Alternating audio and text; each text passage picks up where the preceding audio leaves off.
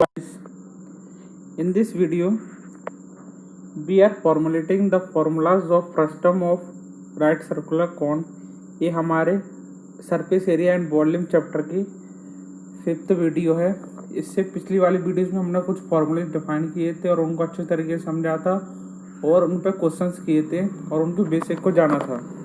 अब इस टॉपिक पे हम कुछ फॉर्मूले डिफाइन करते हैं फ्रस्टम ऑफ राइट सर्कुलर कोन के।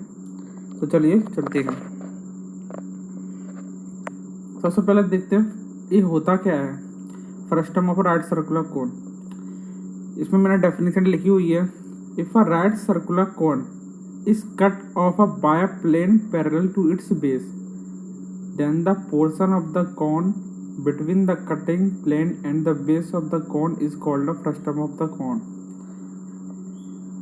इस डेफिनेशन में मुझे समझ नहीं आया, तो चलिए अपन समझते हैं with the help of diagram. क्या कह रहा है देखो guys, if a right circular cone is cut off a plane parallel to its base. ये कौन है, इसको कट किया गया है by the help of plane. ये प्लेन है जिस कोन को कट कर रहा है। ये राइट सर्कुलर कोन है। राइट सर्कुलर कोन जानते हो गाइस आप, पहले इसको समझते हैं। राइट सर्कुलर कोन ये होता है इसकी ये परपेंडिकुलर लाइन होती है जिसके वर्टाइसिस से निकल के और जो बेस पे गिरती है कोन के, उन दोनों के बीच में जो एंगल होता है वो 90 डिग्री होना चाहिए, वो ही राइट सर्कुलर कोन होता है। तो इसमें राइट सर्कुलर कोन है ये क्योंकि इसका बेस और इसकी ये वर्टाइसिस से नीचे आने वाली लाइन, इसकी जो हाइट है उससे नीचे बेस वाली लाइन से 90 डिग्री एंगल बना रही है। अब इसको कंटिन्यू करते हैं। If a right circular cone is cut off a plane parallel to its base, then the portion of the cone between the cutting plane and the base of the cone. ये cone है, इसको बीच से काट दिया गया है। और ये ऊपर वाला कोन है, ये तो कोन वैसे का वैसे ही है, जैसे मतलब दिख वैसे ही रहा है, कुछ इसमें चेंज नहीं आ रहा है। इसमें वही कोन के फॉर्मूले लग सकते हैं जो इसमें लग सकते थे जब वो कटा नहीं था, लेकिन अब ये चेंज हो गया है। ये अपना फ्रस्टम ऑफ कोन बन गया है guys, and the base of the cone is called a frustum of कोन। यहाँ मैंने लिखा हुआ है ये हमारा फ्रस्टम ऑफ कोन हो जाएगा। यहाँ पे कुछ मैंने रेडियस डिफाइन की है, इसको मैंने स्मॉल r1 मान लिया है, इसको स्मॉल r2 मान लिया है। इसकी ये स्लेंट हाइट है जो कि l है और इसकी ये हाइट है जो कि h है गाइस। तो सबसे पहले तो ये जानते हैं कि कोन के कुछ फॉर्मूलेज होते हैं गाइस। कोन के कुछ फॉर्मूलेज होते हैं जो कि हमने पिछली वीडियोस में डिफाइन किए थे और उनको समझा था। कोन के कौन कौन से फॉर्मूले होते हैं, एक कर्व्ड सरफेस एरिया होता है। कर्व्ड सरफेस एरिया का फॉर्मूला क्या होता है, पाई आर एल। और एक होता है total surface area. Total surface area का फॉर्मूला होता है pi R L plus pi R square. और एक वॉल्यूम होता है, वॉल्यूम का फॉर्मूला वॉल्यूम ऑफ कोन, तो उसका होता है 1/3 पाई आर स्क्वायर एच। तो अब इसके लिए तो ये फॉर्मूले सारे वो लग जाएंगे, लेकिन इसके लिए अलग आएंगे।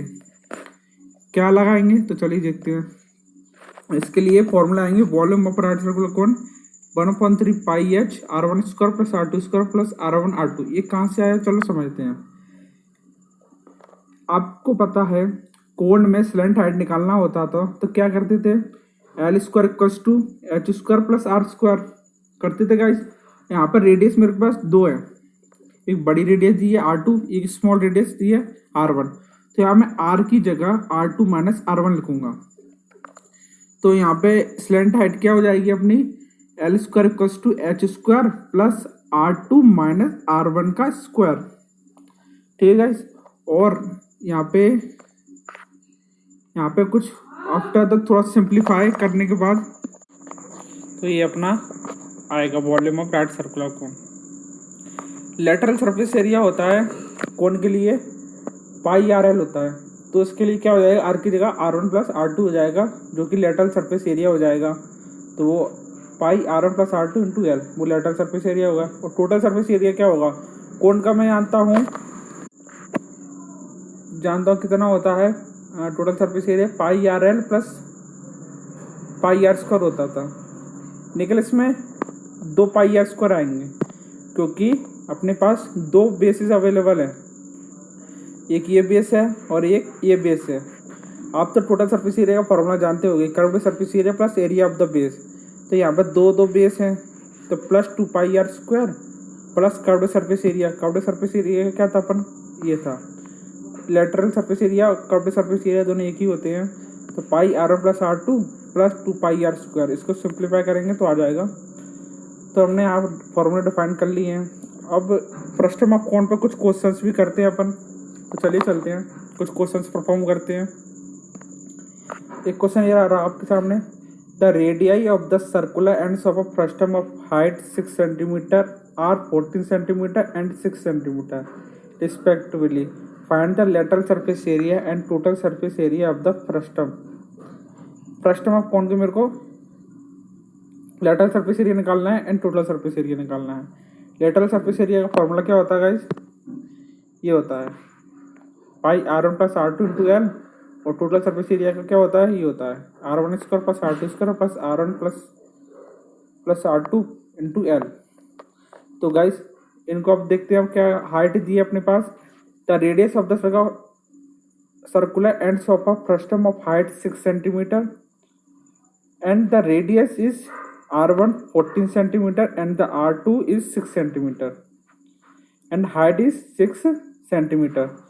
तो अपना L2² क्या, अब स्लैंट हाइट दी नहीं है, इसमें स्लैंट हाइट निकालते हैं। और स्लैंट हाइट कैसे निकलेगी, L² = h² plus r1 minus r2², जो कि हमने अभी कुछ समय पहले ही बात की थी स्लैंट हाइट के बारे में।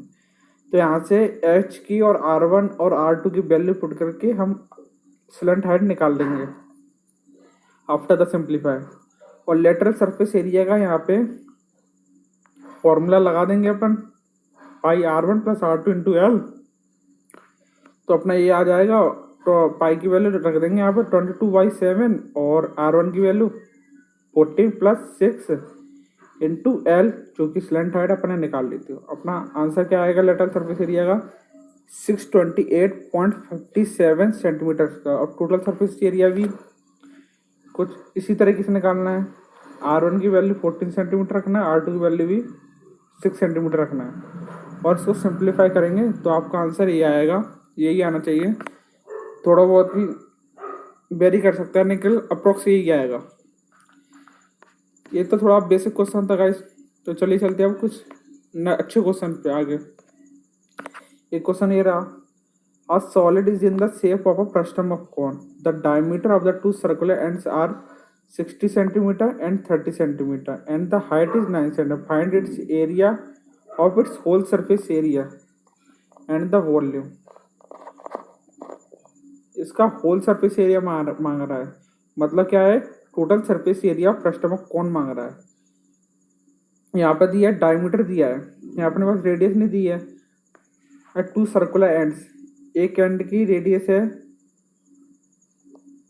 सॉरी डायमीटर है 60 सेंटीमीटर एंड डायमीटर सेकंड वाले का है 36 सेंटीमीटर।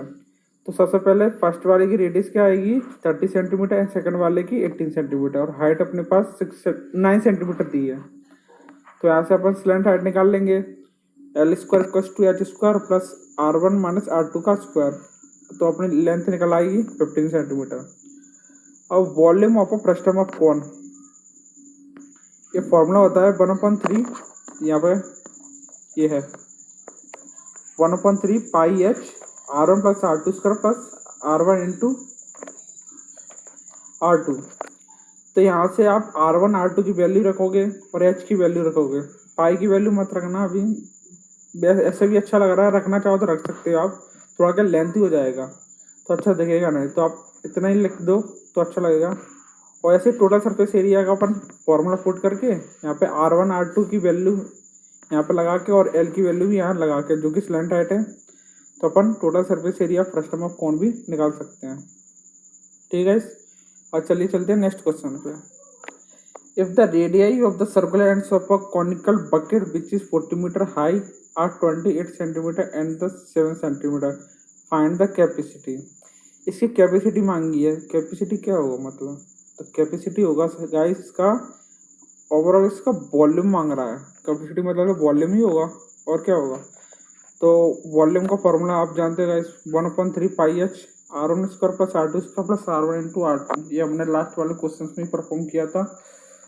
तो यहाँ पे रेडियस भी दिया है, क्या दिया है 28 सेंटीमीटर एंड R2 दिया है 7 सेंटीमीटर और हाइट दी है अपने पास 45 सेंटीमीटर।